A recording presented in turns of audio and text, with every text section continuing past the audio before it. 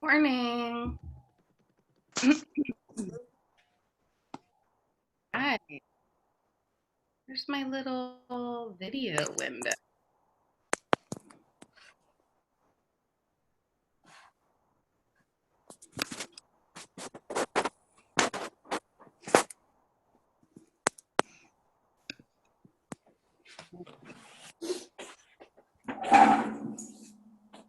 So, I don't know why.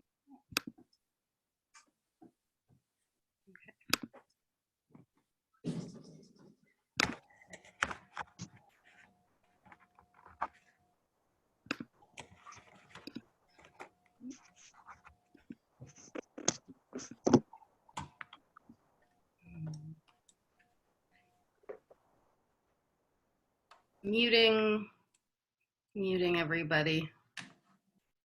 Somebody's.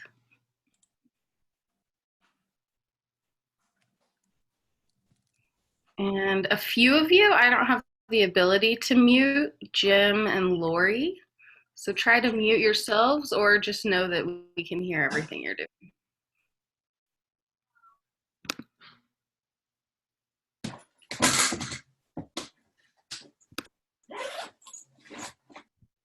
The person zipping your bag, you're the one who's not muted. We can hear you zipping your bag. All right, welcome. Good morning.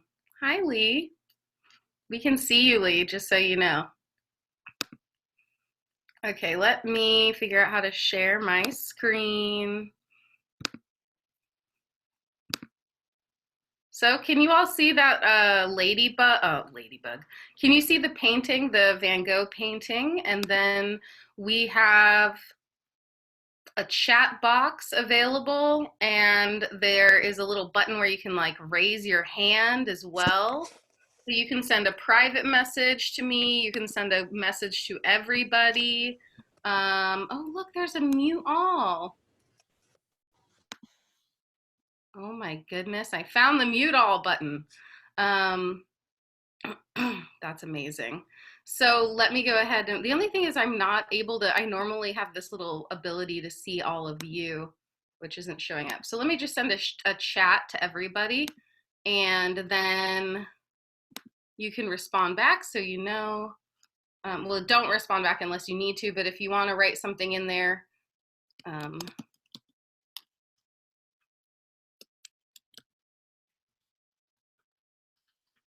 then you know you can respond there to that chat box, or you can unmute yourself. So I hope everybody's doing well. I know it's a crazy time. So if someone could just say, yes, you can see my screen with the drawing and my hand and the oil pastels. Hi, Linda. Good, good, good. Okay, so this is the painting I'm going to work from. I thought it would be really fun to do some transcriptions, which transcriptions just means that you are transcribing from a master work being someone famous from history. I like to show a lot of really great artists in my art history class, so if you're interested in that, you can join in with the same Zoom link on Thursdays at 9 a.m. So this is the piece that we're gonna paint today. How strange. It's so hard for me not to look at my computer while I'm doing this. So I need to slide myself over just a bit. Okay, so when we look at this piece, this is obviously somebody we know, Vincent van Gogh. Pretty simple composition. What makes a painting a great painting? Well, in this case, there's not anything particularly special about the composition. He has some diagonals, some straight lines. Here's the horizon line. There's a blue mountain going up behind it. There's a little bit of foreground here with some flowers, with some red complementary colors. So look at his edges here. Beautiful corner. Look at this corner. He's got this one little grass blip coming up. But in general, you know, pretty simple. Straight line, diagonal. We have a tree. We have a bush. And we have some beautiful clouds. So what makes this piece magic? it's the texture and it's the color, right? So you could do this in paint, you can do it in oil pastel, you could do it in chalk pastel, anything you want to do. Unfortunately, this screen isn't quite big enough to show you both of the things at the same time, but hopefully you have it up too so that we can work together on this. So the first thing I want you to do is grab a little piece of paper and give yourself what I like to call a thumbnail sketch. I know.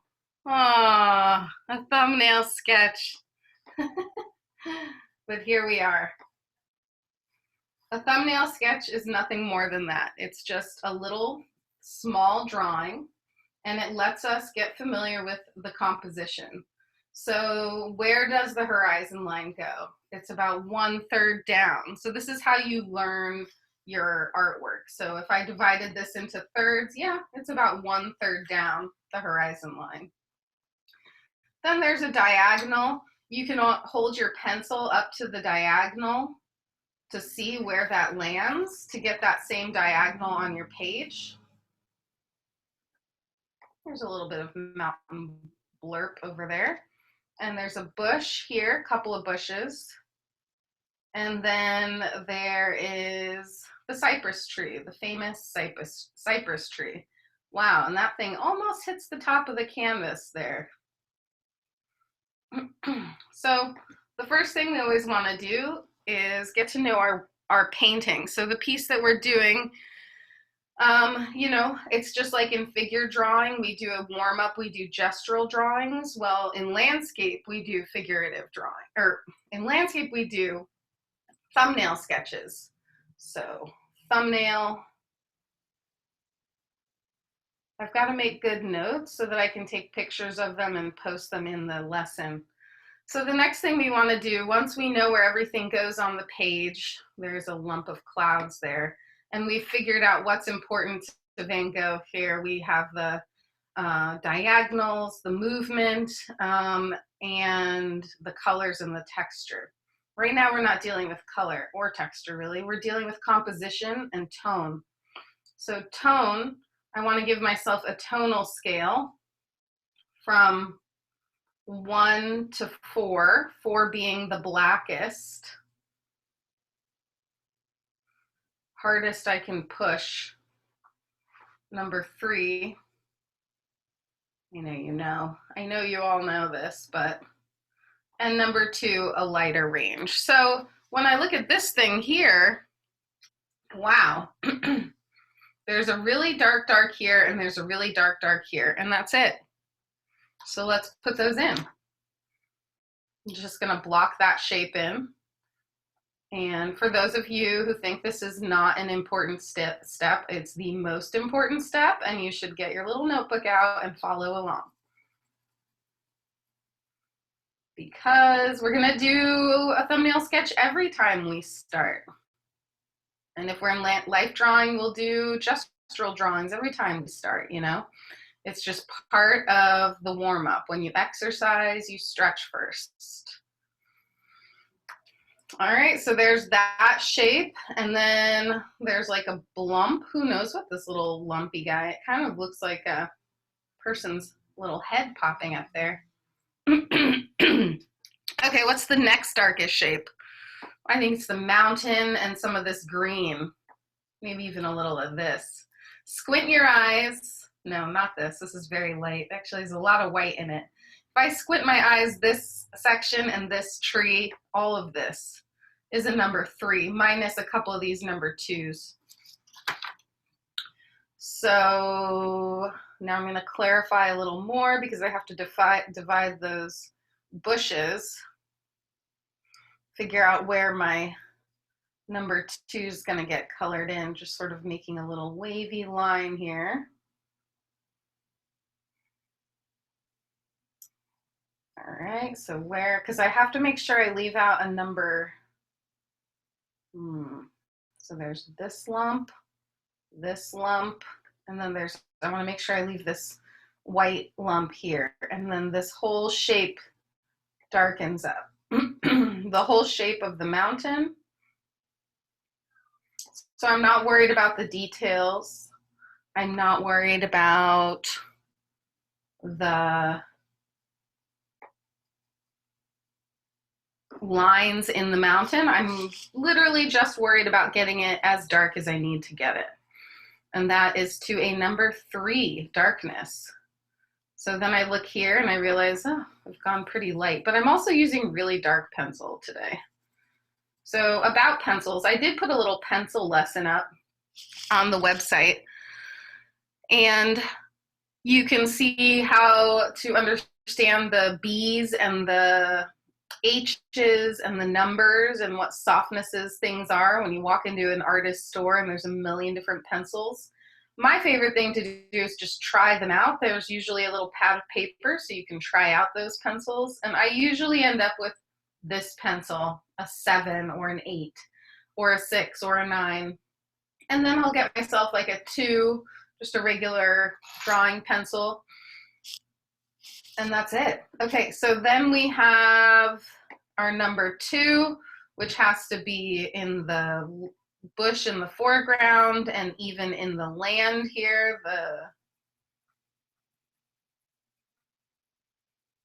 the wheat, excuse me, the wheat. I haven't been talking to people. I've been in isolation. How's everybody else holding up? It's really been something. I'm just trying to stay as positive as possible. I've been doing dance videos at home. Yep, there's some good dance moves on the internet if you're interested in learning. My favorite one, his name is Fitness Marshall on YouTube, and the dances are really fun. So I've been doing that, and I've been walking, and I've been painting and meditating and making pom-poms. Okay, here we are. So now we have our number 4s, and this is great because once you get to this point, you realize how light you made your drawing and how much darker you need to push this thing. So our number 4 actually is going to get darker than we think, and that's going to help us when we get to our drawing to remind us what colors to use and how dark to push that color. Then our number 3s, number 2s, and then our number 1s are the sky. Yeah, there's a few little marks in there, and there's some marks down here, but in general, these are the lightest areas. So that really quickly sums up this painting in a very simple way. So that's our composition, which literally means where things are placed on the page.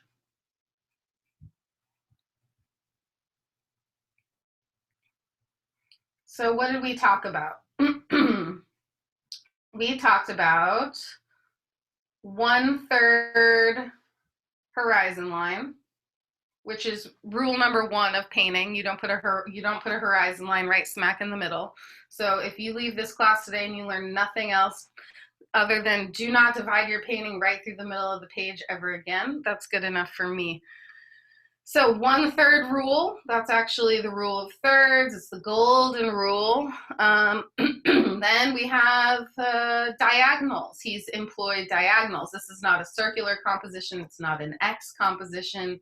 It's a diagonal composition. So then we could do a line here, line out here, diagonal composition. So to me, the things that matter most in art are these 2 things, the tone and the composition. You also have the narrative, and then you have the color and the texture. But if you have color and you have green, yellow, blue, but you don't have the darks correct, you don't have these darks as intensely dark as they need to be, it's not going to be as powerful. So to me, this painting is actually probably more powerful because he went so dark with these darks. All right, so let's get started with our drawing now.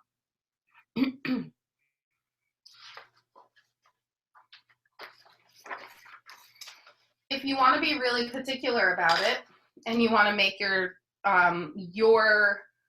rectangle the exact same rectangle as this painting, what you would do is put your corner of the print to the corner of your page. Let's say you want to make a larger composition. You have a large canvas.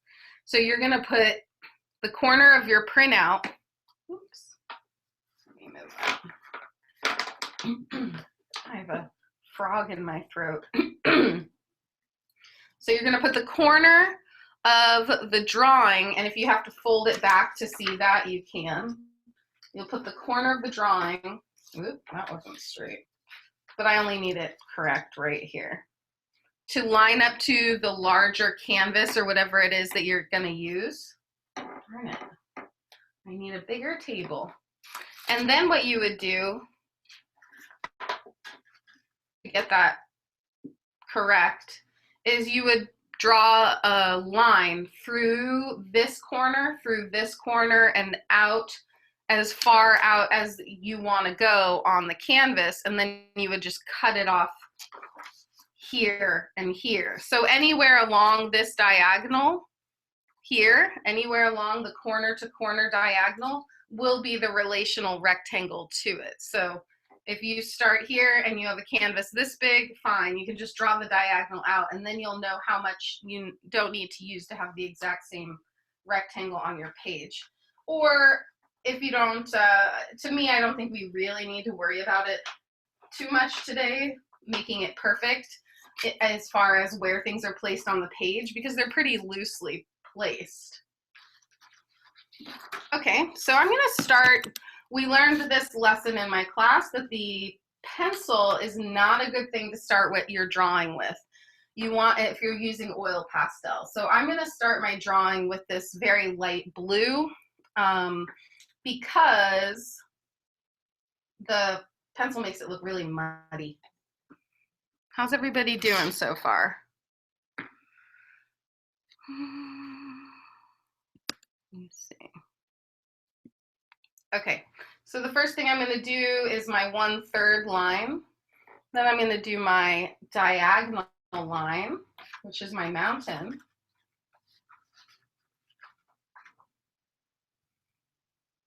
Here. Seems pretty, whoa, that's way too high because look how much sky I need. So I'm actually going to do it that way. I'm going to look from the top of my sky down, and then I'll figure out that my mountain needs to go down here. And that's because there's some layers of things. So then how do we figure out where that tree goes? Well, you look at the distance in from the outer edge of the cypress tree. So look at this blue line right here. And look at this line right here. How much space do you need before you start that tree? I'm going to put mine there. Just making it a teardrop for now. So I've done a 1/3 horizon line. I've done my angle of my mountain. I'm going to put my bush in here. There's 2 bushes, a much bluer one and then a more hairy looking green one back there. And then over here we've got some green texture, and then I just want to make sure that the lump of green, that darker lump of green, is really crystal clear, because I think that's an interesting part to it, is that the dark green of the cypress tree and then the dark green that's right here in this lump of hay.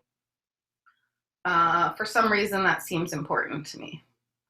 So I'm just sort of working around as I know where things are more and more clear. You can see I'm pressing a little bit clearer. Just working my way across. Now, if you start getting lost in this, what you should do is walk across this line and then walk across this line and get all those separations in. So the first one, actually, I think I need to move that down here. So the way that I like to draw is to look at everything in relation to everything else. So when I draw this green lump right here, what I first did was look at this section, and I saw how far away this distance is from this green part. Then I looked at this golden section, and that's actually how I went and found the shape that I've ended up with. I want to be careful with this wheat because I'm using blue and I don't want to get too much blue in it. You could use a different color. I'm just lazy with switching. I like to do my drawing all in one undercolor. I think there's something nice about it. Okay, so I'm just sort of walking across each line of this horizon here, changing my mountain because I just had a straight line, so now I'm making it a little more lumpy. Now with oil pastels, probably best to start with your lighter colors and build up to dark because they can smear or get messy. And they're not, the white, depending on the whites that you have, are not probably very opaque. Some are not. Really depends on what box you get. All right, so our mountain's looking pretty good. Our cypress tree, pretty much locking things in now. Get this little bit over here in the corner seems extremely important. When you have negative shapes like this gold shape here, here, and here, those are all really interesting points to make sure that you don't lose in your drawing. Now, the reason we do transcriptions is to learn from the artist. So as I'm doing this, I'm like, I see what he did there. That's tricky. That's interesting. You know, I see how he put those gold shapes in there, and it helps you pick up little bits of information about these artists.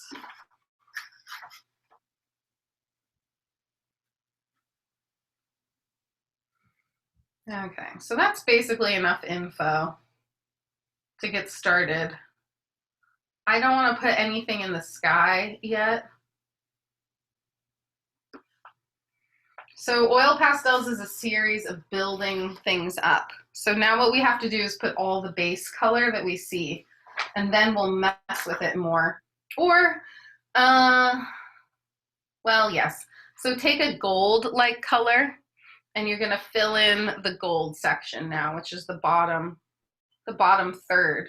Now, when I use oil pastel, I like to do, just like I do with a pencil, I hold it far back, and I'm just doing a lot of straight lines right now to get the basic color down.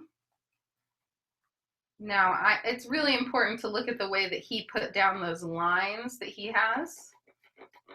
So I'm just going to put down a light layer so that I can move some of those colors around later. With the same gold, make sure you get in those little shapes like in here.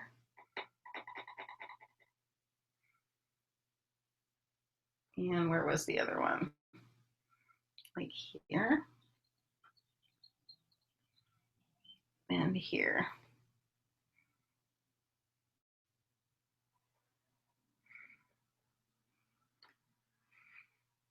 Okay, just let me know, type in if you have any questions or comments or concerns. I'll try to slow myself down. If I go too fast, tell me as well, because I don't know. No one's telling me I'm going too fast. So just let me know, pop in at any moment, type in or unmute yourself, and feel free to chat. Tell me about your life. So we will fill these little gold shapes in. We want to work light to dark. Let's see, there's, you know, there's a little bit of gold in these greens. There's quite a bit of gold in these hay greens. And since we're going to put green over it, it would be nice to have some tints of yellow in there.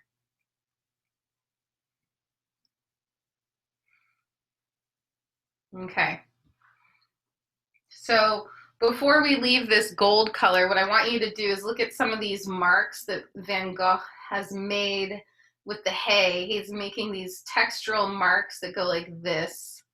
So I want you to put some of those in, leaving some air around so that we can put lighter colors in between, building up the texture. So there's at the bottom, they're kind of going straight up, and then the wind is blowing them this way. You can just tap it, kind of push it and tap it.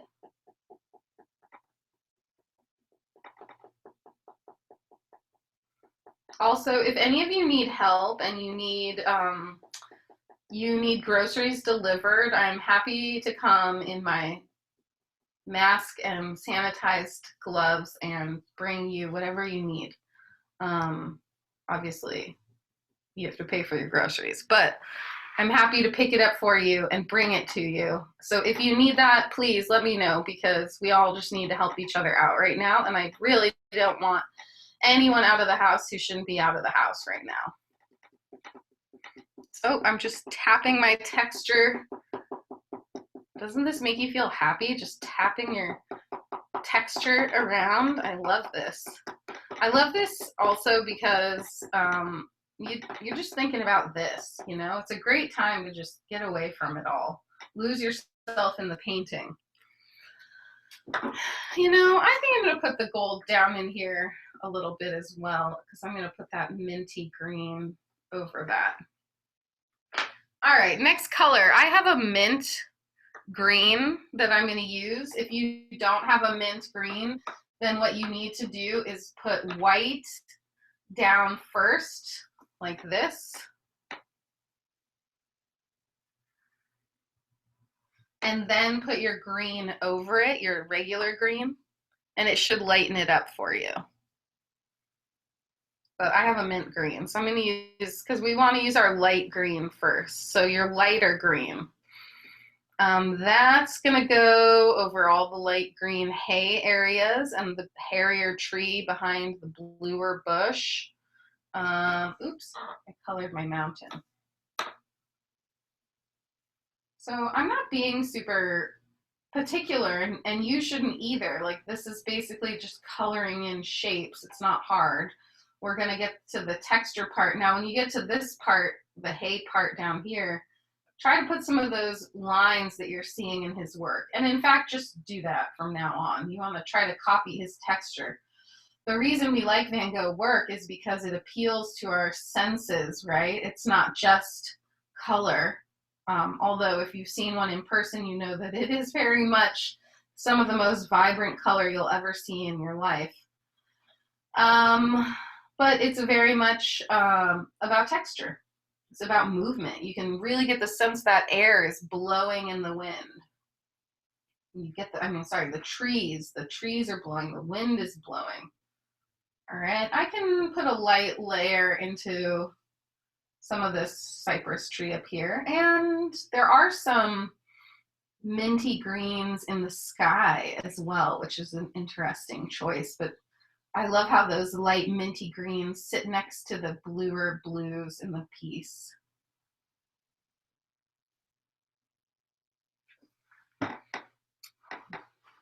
That bottom right corner can get some light green in it. Follow those textures.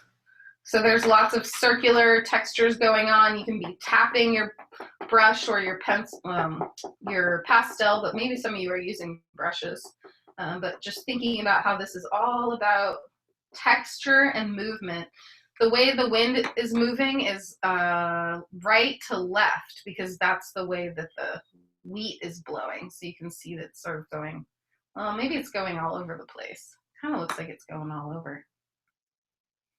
The one thing I like to do when I'm looking at a painting is try to think, okay, what type of day was he putting in? If you have to erase oil pastel, like I have this, ooh, I spilled my coffee.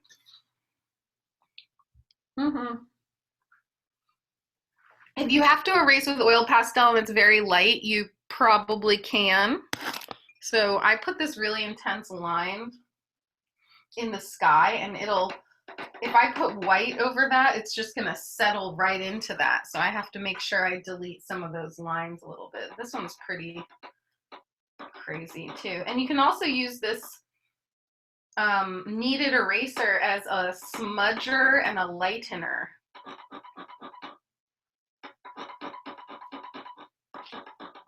If you have Q-tips, this is going to get more and more built up, so those could be fun to use as well. All right, let's see.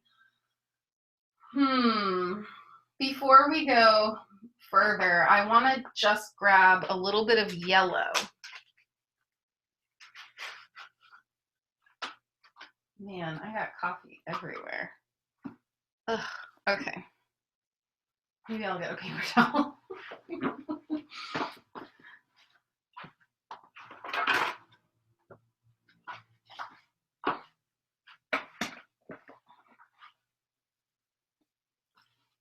Okay, so yellow.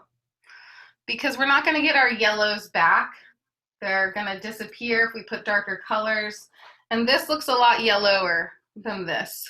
So I do want to do the same thing I was doing with the other color. I want to layer in some nice yellows into my wheat fields. And also into some of these patches, get a little bit of sun color coming in there. Tapping my pastel and pulling the pastel colors through each other, letting them start to mix together. So each color lays with the color next to it.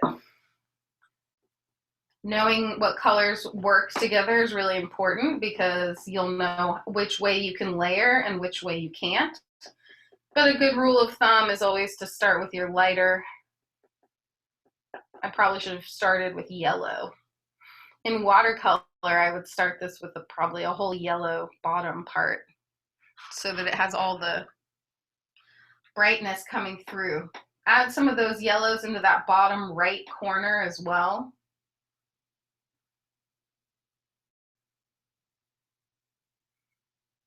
Letting it fill in. So slowly we're losing our white spots, right? And that's the goal. We're filling it in. Try tapping it.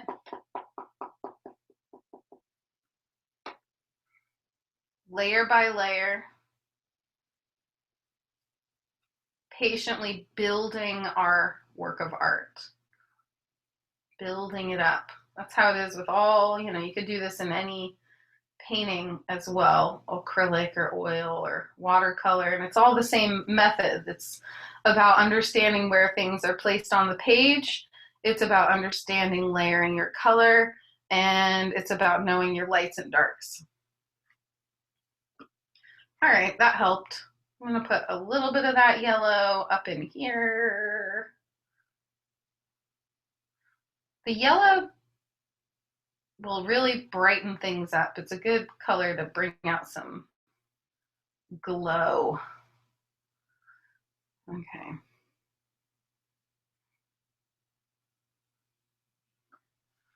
Okay. Now, blue.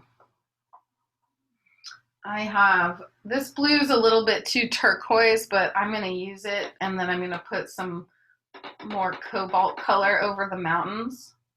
I'm going to just stick this guy on his side and get some quick blue texture in there, because I might have to put some, I'm going to put it in this tree up here too. So if you don't have a light blue, again, you're going to put the white first.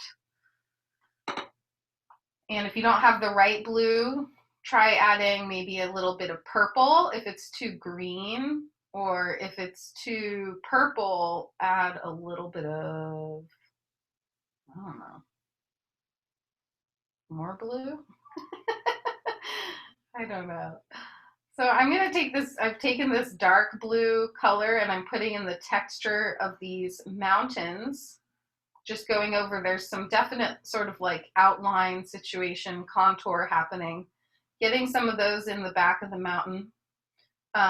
Because one, they are darker, but two, then I can go over it with a white pastel and blend it all together and get more of that cool blue color that I'm looking for.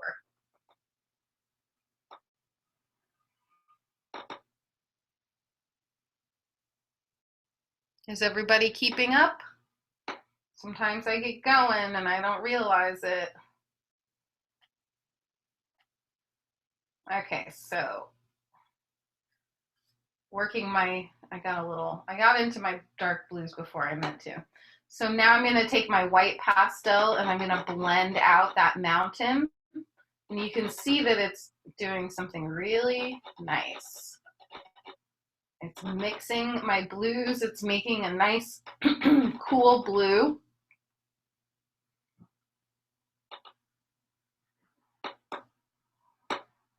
It's still not quite cool enough, What if I add a little bit of purple? I'm going to add a few purple marks on some of them. Blend that in as well. So now I've put a little bit of purple on top of my blue marks because I need to cool it down even more.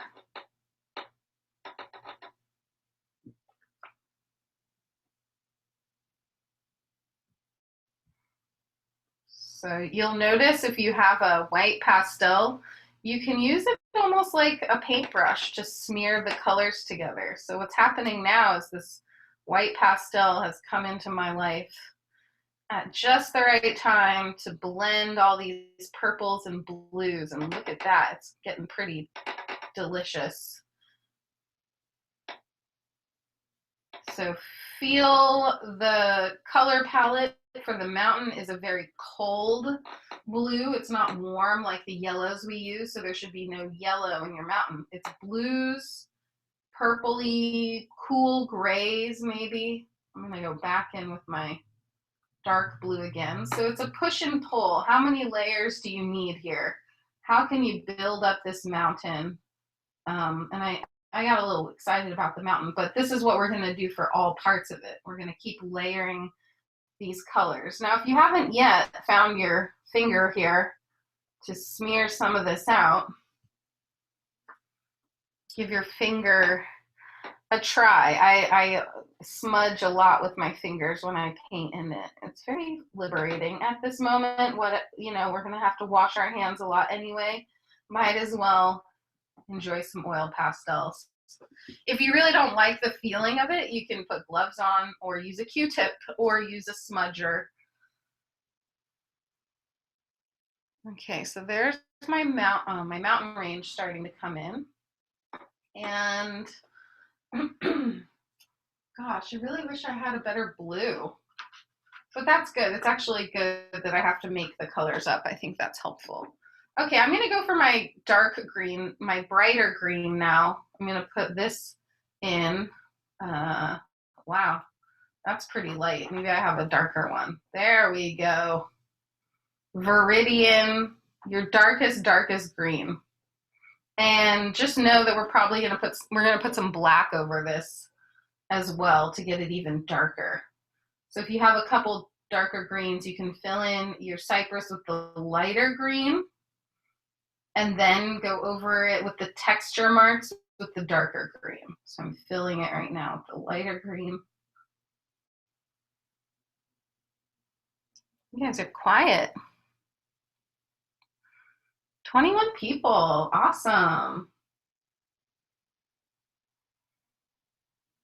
We're gonna keep our spirits high and keep painting. Okay, so the bottom of the cypress tree, again, like I know I'm gonna come back and put some blacks in here, but I'm still gonna pull up some textures like some wavy snake lines coming up the cypress tree.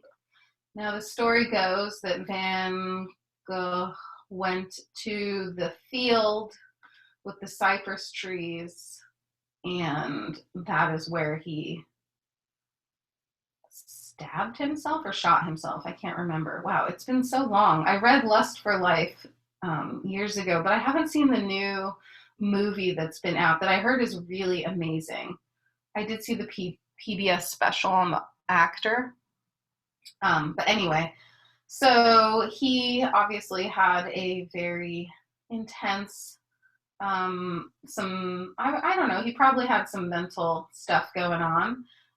He painted about 3 paintings a day. That's crazy, you guys. 3 paintings a day? That's what he did all day, every day. He lived off his brother's money. Theo sent him a check monthly. He's the only person who ever bought a work of art in his lifetime from him. And, he died in poverty with some mental illness. And he was making this magic that really wasn't appreciated until after his death. All right, so that dark green needs to go into my little bulb, whatever this bulbous thing is over here. And maybe you need to put some of it into the bush lines over here, or the hairier one behind this other thing blowing in the wind back here. Get some of those textural marks. Back and forth with your colors. You put a dark color, then you put a lighter color, then you put a dark color. If you're in oil, if you're in pretty much any medium. At this, well, that's not true. But with oil pastel, that's what we're doing. Like this, you can layer your lights and then go back and put more darks. But just know that you're not going to ever get it back all the way to white. Try using your white pastel in some of the field now. See if you can add some of those white marks in on top of your wheat, in between where you have the other marks. So all the places you still have white paper, I want you to tap the white into that now. So we're working our way around with lights and darks. If you have a couple sets of oil pastels, try the different whites again. Like some of them, this one's pretty soft, and this one right here is really hard. Like it's almost like chalky, but it is what it is. Okay.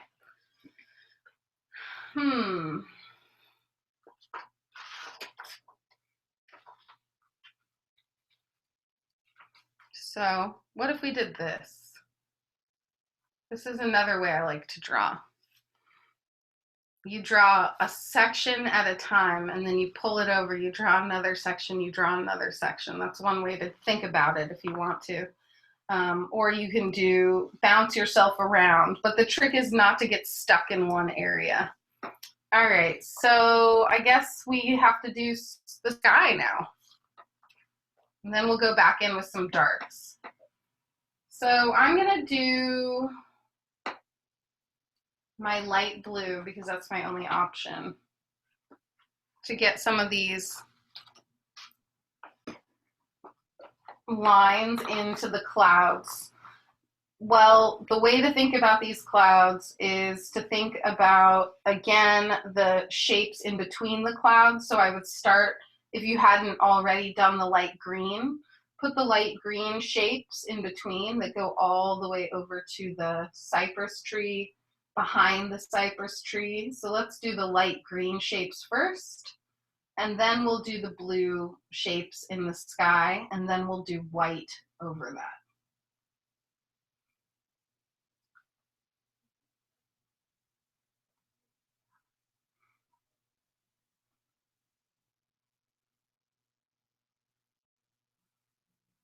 So I wonder if any of you have seen this painting in real life.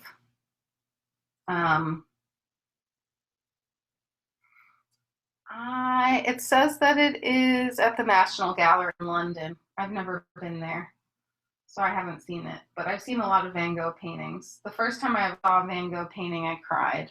I just stood in front of it and cried like a baby at the Phoenix Museum of Art. Because I grew up in Arizona, we didn't get to go to a lot of like great museums and stuff, you know.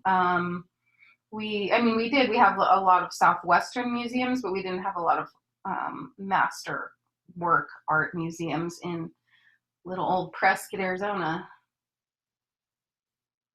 Okay, so all these green shapes are going in first. Those are our negative shapes to our positive form clouds. So in each section, I've had to figure out the best method to go about it. So down here, we did lights to darks in the wheat. But in the mountain, we had to go back and forth, lights to darks to get it to the right tone. And then here in the sky, the best method is negative shapes first. So knowing how to draw is knowing how to problem solve, and it's knowing how to like figure out what the best method is, which means you have to know what the methods are, right? But you do know the methods are if you've been working with me. For some of you have been with me the whole 3 years I've been teaching. It's actually really nice to do demos this way because Normally I rush a little bit to try to make sure you have plenty of time to paint, and the whole demo doesn't get to go this slow. So it's nice to really do step by step with you.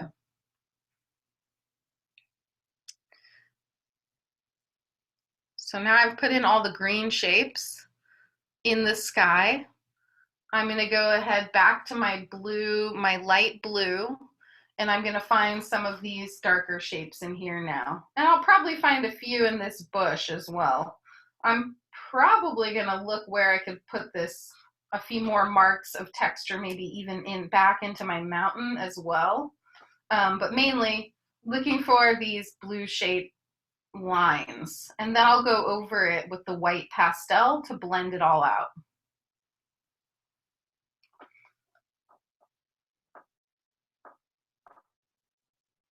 Now remember, Van Gogh these are vibrant, wild paintings, so you can be wild, a little wild and crazy with this. There's plenty of great YouTube videos on copying Van Gogh paintings, which is sort of absurd. But this one, when I was looking for, I was looking up information on this painting, and I did post a little video on our class website about this painting, but most of them were just how to make a reproduction of this painting, which I thought was really funny. But that's actually because the composition is pretty simple. It's what really makes this painting great. Again, it's the texture, it's the color, it's the movement, the mark making. It's the emotion that he pulls through with his marks.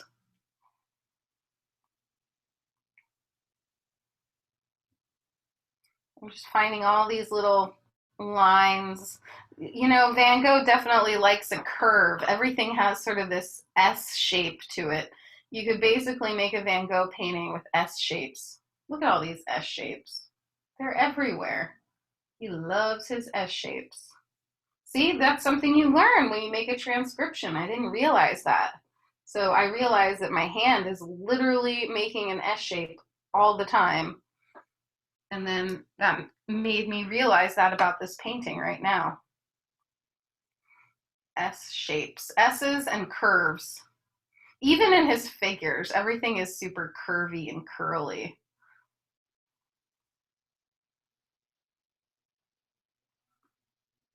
Not leaving any corner neglected.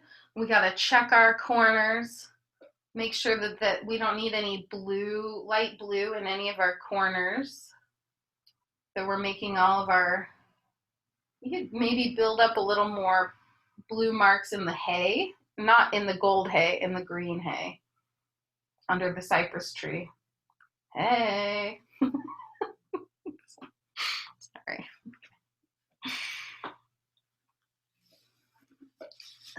Alrighty. Now to the white. I'm going to go back into the white, into those clouds now, and smear them up. And if you don't have enough color on your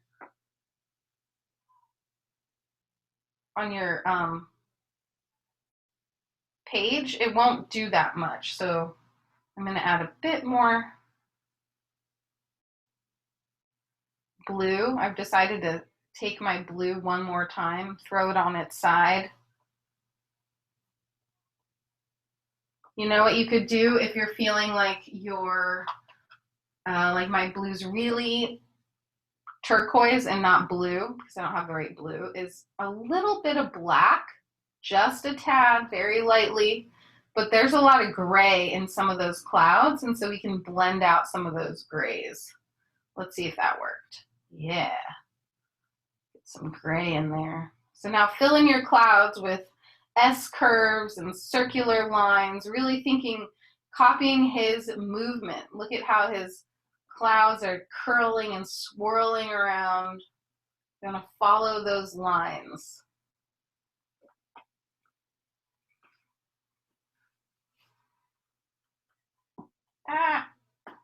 Pastels break, and then I just put them on their side and keep going. So a little bit of light green, you might need a little bit of black. So I'm going to do a little dark black over here, and then I'm going to blend it out to get some gray. If you're pre-mixing your paint, if you're using paint, you can just make a lighter, add a tad of gray to your green or to your blue. Black, I mean, add black to your blue to make it more cool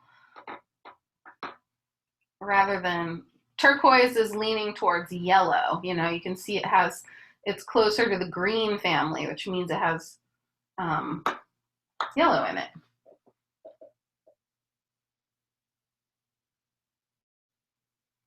Okay, so I'm going back and forth in my sky, putting in a few blue marks, putting in a few black marks, and then blending it back out with the white.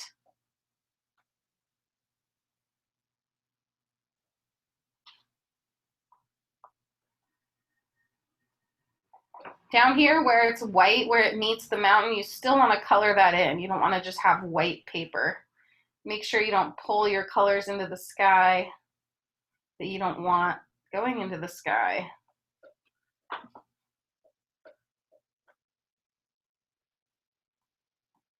So at this point, we should have our paper pretty much covered with oil pastel in all parts. If you don't, then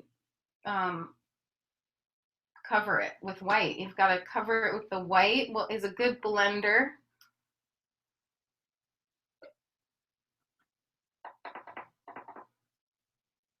So if you haven't pressed hard enough that your colors have mixed together to the point that they start to look like oil paint, that's what we're looking for. So we don't want those little white bits showing through the paper anymore. We're going to start blending everything so that it looks like almost like an oil painting.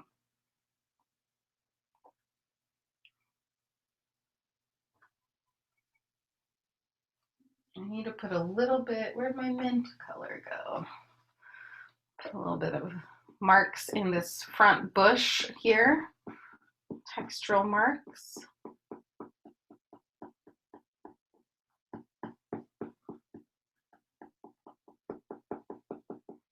So I put up on our website, there's a comment section where you can upload your artwork. This will be a lot more fun if we can see everybody's work. That would be great. I would love for you to upload your piece. You might have to, how's the best way to do it? Well, to me, the easiest way to do it is to take a photo on my smartphone and then go to the website on my phone. Like click the link through your phone and then you can leave a comment and then upload the photo that way. Or maybe your photos automatically go to your iCloud, your computer, and then you can upload it that way. So now I've gone back to a regular green. Now that I've done all of this, what I've decided is when I look at this and when I look at this, I need to go darker with my greens now. So I went lighter with my sky. Now I have to go darker with my greens. So I'm going really working on this bottom right corner, keeping up with my shapes, my movement, my lines. Wow, I didn't realize that was so white down here at the bottom. I don't know that I'll be able to cover that. Oh well, next time. Really clearing up some of these shapes now that are butting up to the golden wheat area. So making sure that the flow, there's a nice beautiful line. And how are those shapes divided? Oh, I didn't even realize there was a plant here. That's so funny. Talk about blindness. So that's hilarious, and it is something that just happens to artists that we like get so close to our own work that we can't see it. So that's why I always say, you know, step away from your work, take breaks, get at least 10 feet away from it. Like really walk away from it. Don't look at it. Or look at it in the mirror, hold it up to the mirror. Will pretty quickly show you what's wrong with it. So I'm just Now that I've found that green plant over here, I'm gonna just push that in as best as I can, pushing my colors around like paint now. They should all just sort of be smearing into each other. Really filling it all in with color because we want to go in with some darks after this.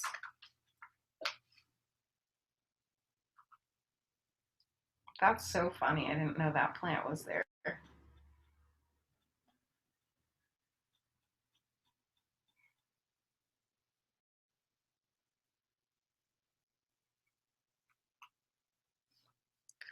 Okay, so I'm going to find my darkest green again. I'm going to have a little bit of another round with that. Now I can really use this dark green in a lot of places, in the bushes and the cypress tree, to get some of those really strong marks. And you have to push hard. At this point, you really should be pushing with your pastel, and it should be smearing into the colors next to it. If it's not, you add more color. Be more brave about it. You've got to be willing to mess this up. What's the worst that happens? You throw it away. Who cares? You learn something, you know? So where can I find all these green little marks? There's a whole bunch of them. Little dark green marks. And then we're going to go over all those again, plus more, with the black. So keeping these squiggles alive. I'll tell you, the business to be in right now is pot pies. These people, I live next door to pot pie shop, and there's a line for pot pies constantly. I could bring you a pot pie. Okay, so dark green marks coming in the bottom corner. And I did kind of lose some of my whites. I could try to erase that out. You could try wiping it out, like down at the bottom here. I didn't leave my whites. If you have it pretty thick, you can wipe it off, and then you could try erasing it. Or if you have a soft enough white, it could sit right on top of it. Yeah, there, that worked. Not perfect, but hey, I'll just blob it on there. Get that white back in there is really important at the bottom. And those little red dots, that's just a moment of brilliance right there. Those red flower dots, because the red is complementary to the green, and so it really makes it pop out. Okay, back to my dark green.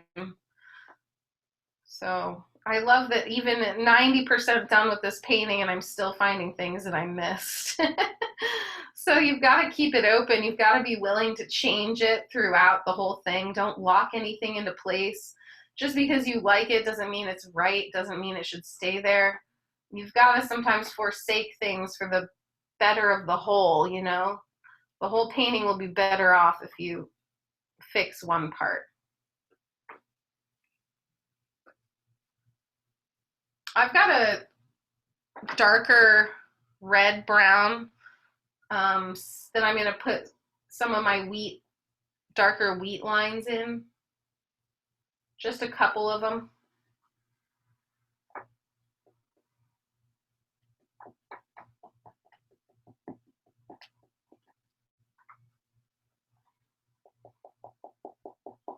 Yee.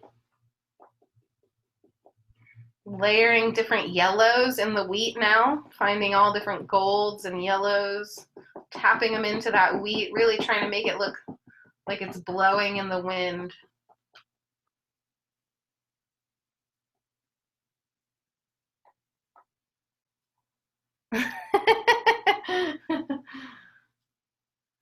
Pot pie. I've had enough pot pies by living here that it's no longer a comfort food for me, but I understand that it's definitely a lot of people's fave, including me. Don't get me wrong. Katie, I love a pot pie. Yeah. Do you live by the chicken pie shop? No, I live by Pop Pie, which is on Oh, Park Boulevard, but it's close to there, yeah. Down the, where El Cajon and Park meet. There's so many pot pie shops in this area. It's actually kind of funny. Um, Going back to my yellow again. So what we did is we do a whole round of the colors, and then we do it again, because what happens is you put one color down and it changes the relationship to every other color on the page. But yeah, the chicken pot pie place is so amazing. If you haven't been there, you get like a dinner with mashed potatoes and coleslaw and pot pie. Oh man, I'm sure that people are eating a lot of that too.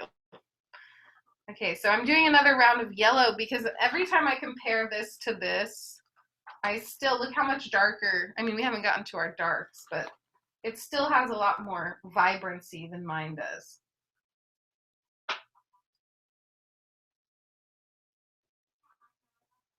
Um, I'm gonna go to the bathroom really quick. I'll be right.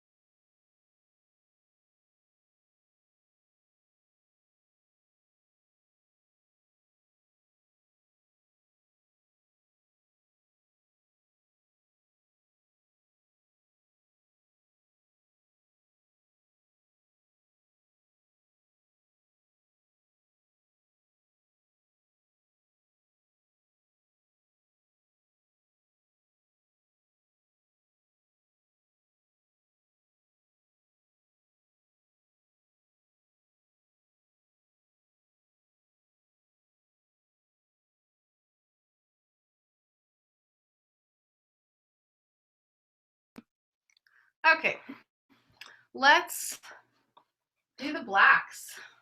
Let me find a black.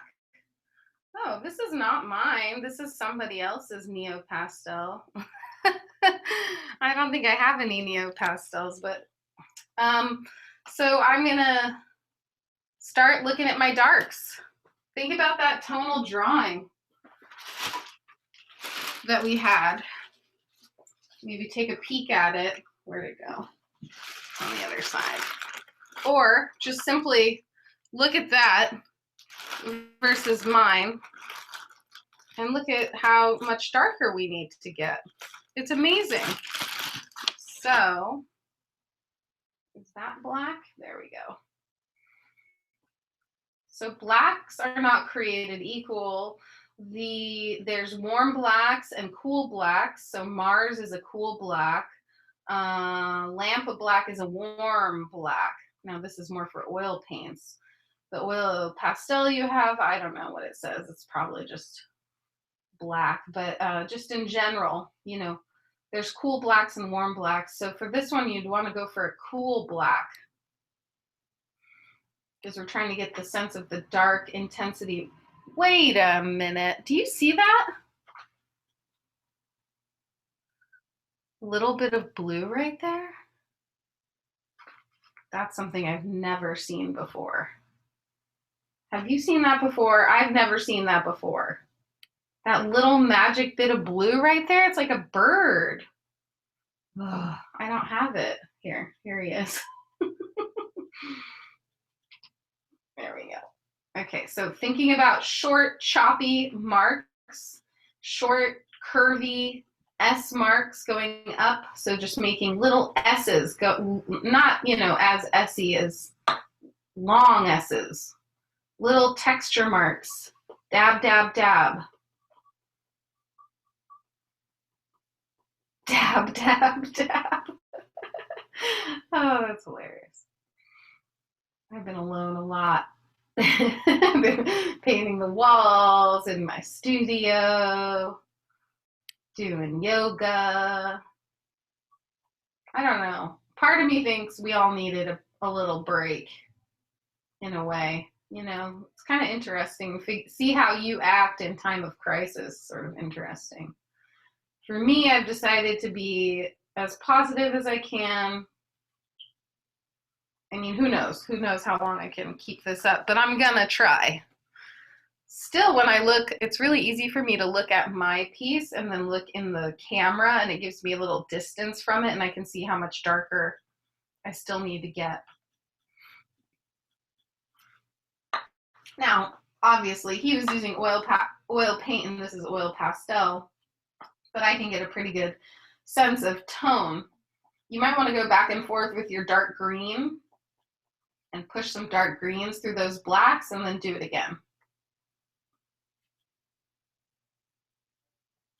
So where else can we put those marks? My cypress tree is completely the wrong shape. Other things we live and learn along the way.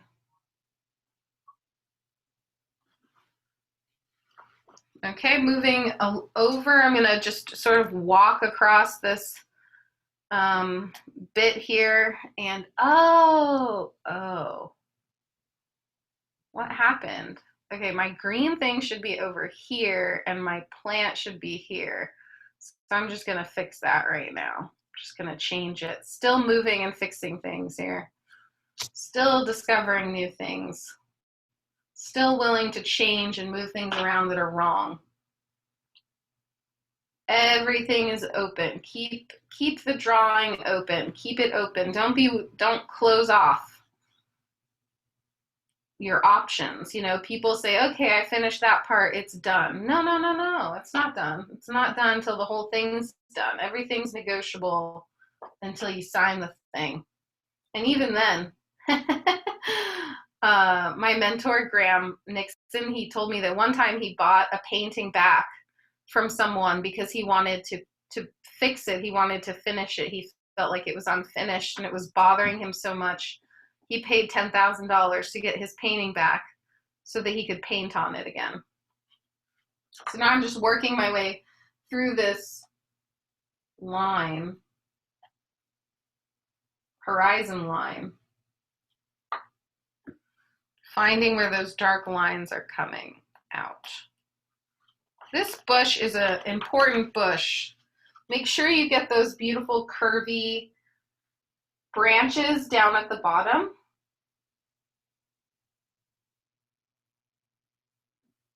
And then follow some of those main dark lines out.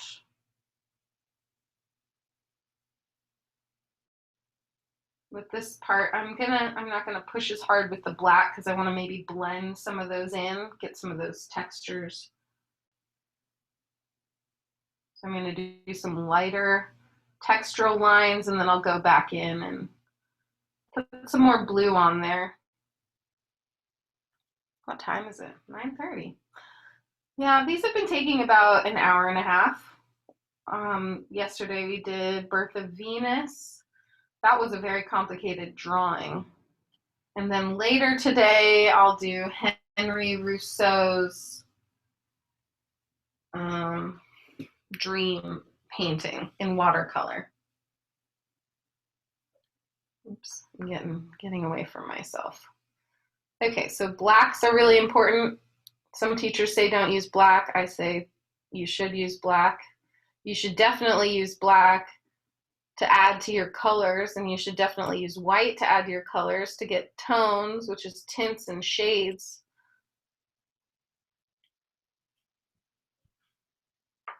Notice there's no black in the back mountain. There's only black in that middle ground, in the cypress tree and the foreground trees. And there's just a couple marks in this foreground in the black. But the black area mainly lives in the cypress tree and that plane, the whole middle section is where the blacks are. So pushing and pulling lights and darks now, finding things that because now I put those darks, so now this looks really bright, so now I have to tone that down.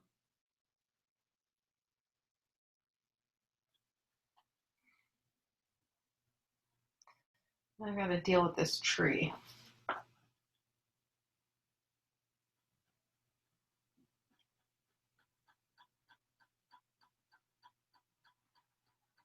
I'm taking this Naples yellow and putting it into some of this blue tree because I can see that it has some of that.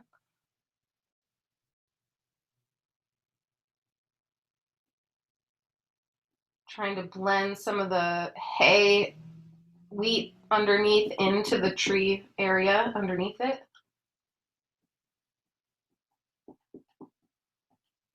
Really letting these colors start to get piled up on each other now.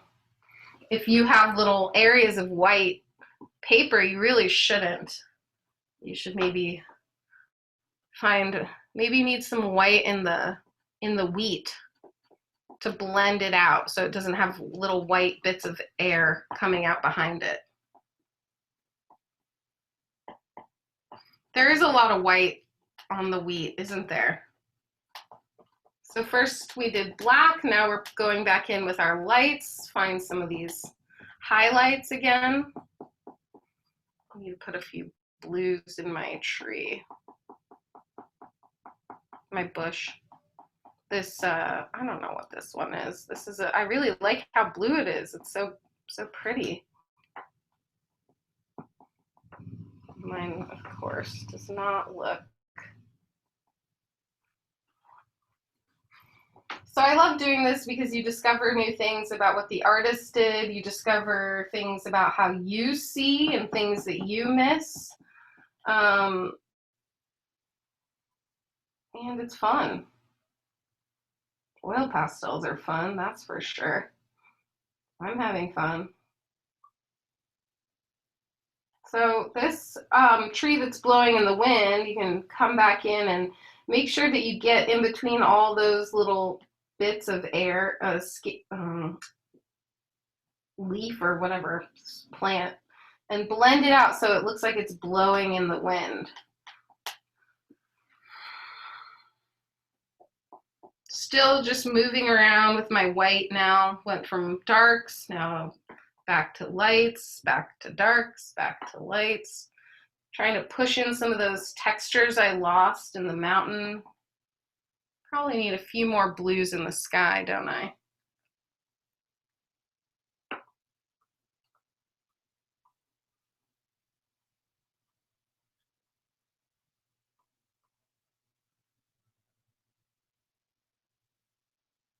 If your pastel gets yucky, you can wipe it on a paper towel because it'll do this. If it's dirty, it's now gotten other colors into my painting, so that's sort of a bummer. But you can wipe it off on the paper or a paper towel or something so it doesn't do that.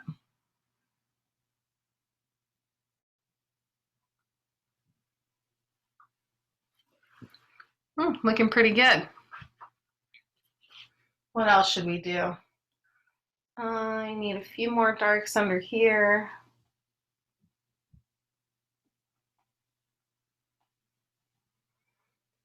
Push and pull, back and forth, light to dark, over and over. Because every time you put one color tone down, something else looks lighter or darker because everything is relative to everything else on the page. Oh, I gotta get those reds in. I'm gonna put my few little red dots down here. Flower of some sort.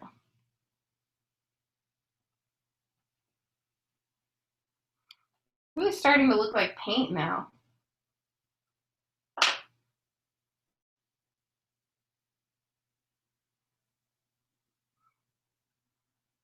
Pretty good, I'd say.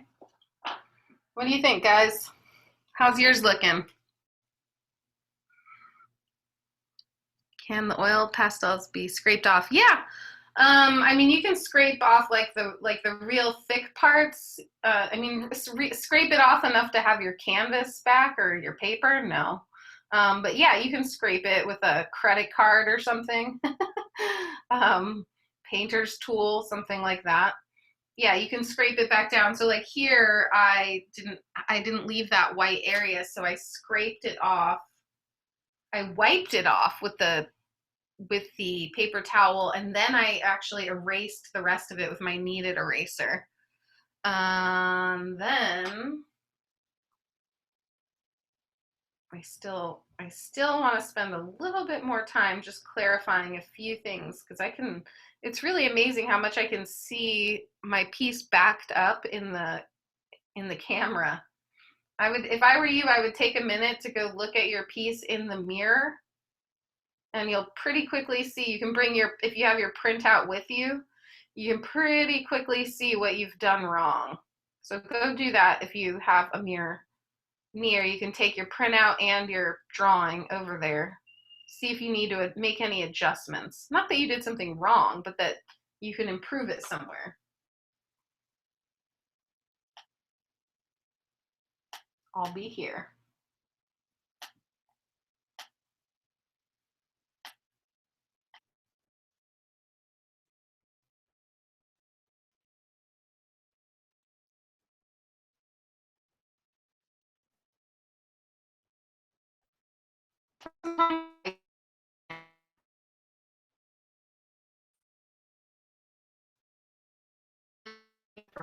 Weights are hitting on top of the wheel in class.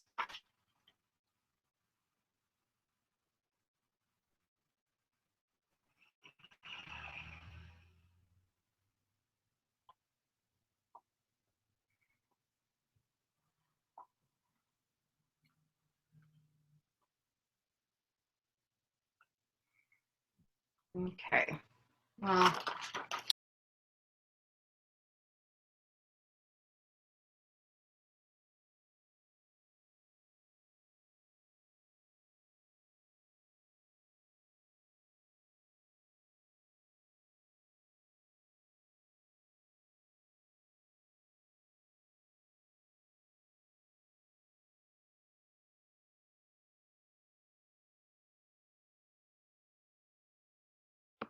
I don't know what the heck just happened, you guys.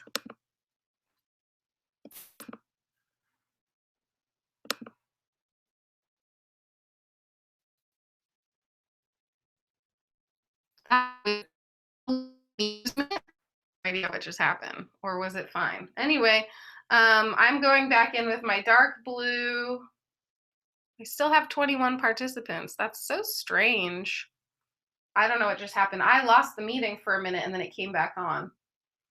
So the last thing I think I'm going to do is add some of these blue lines back into my sky. Van Gogh's known for his skies. I don't want to neglect the sky as much as I have.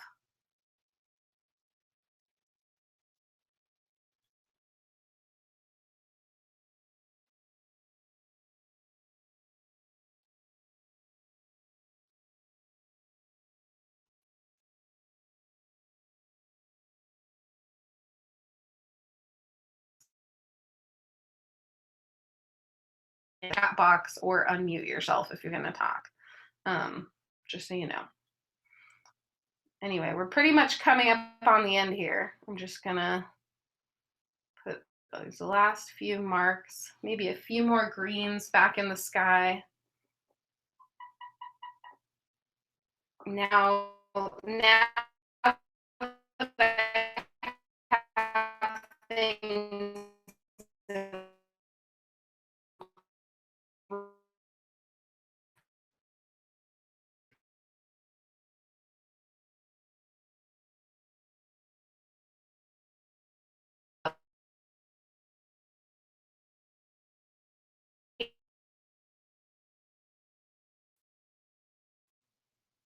leave a comment on the comment page. You can upload your painting or your drawing, as well. And please let me know your thoughts. If you have suggestions, I'm doing the best I can here, but I'm willing to improve, of course. And let me know what you think. Let me know if you found anything helpful. Maybe let me know something you learned.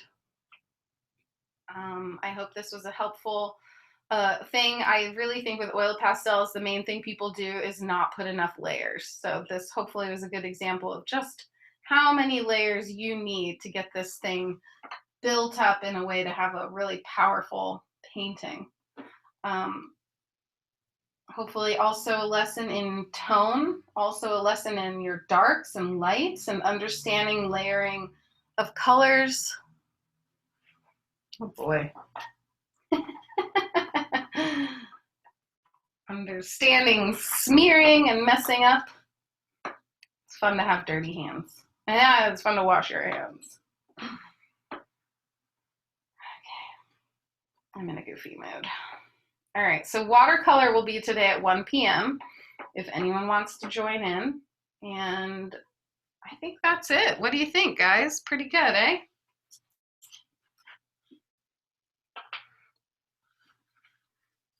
Anybody?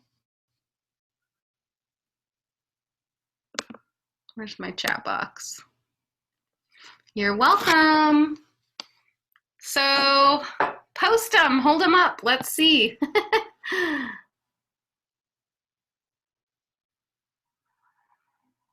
Ah, let's see. Oh, Maureen did hers. Oh, Maureen. Wow. Woo, beautiful. Who else has one? Anyone else? You guys rock. Thank you so much for participating. Let me know if I can help anybody in any way. Oh, there's another one. Jeannie's. That looks great. Oh, there's another one. Who's that? I don't know who that one is. Oh, Suzanne. Awesome. Oh, there's Lee's. In oil. Very cool. You guys rock. Okay, have a wonderful day and keep practicing, you know, make another one. Here, let me show you my awful, oh no. Start video. Oh, stop video. New share. Oh, how weird. Well, I don't know. I don't know how to show you my face. It's upside down. In my pajamas. Bye, everyone.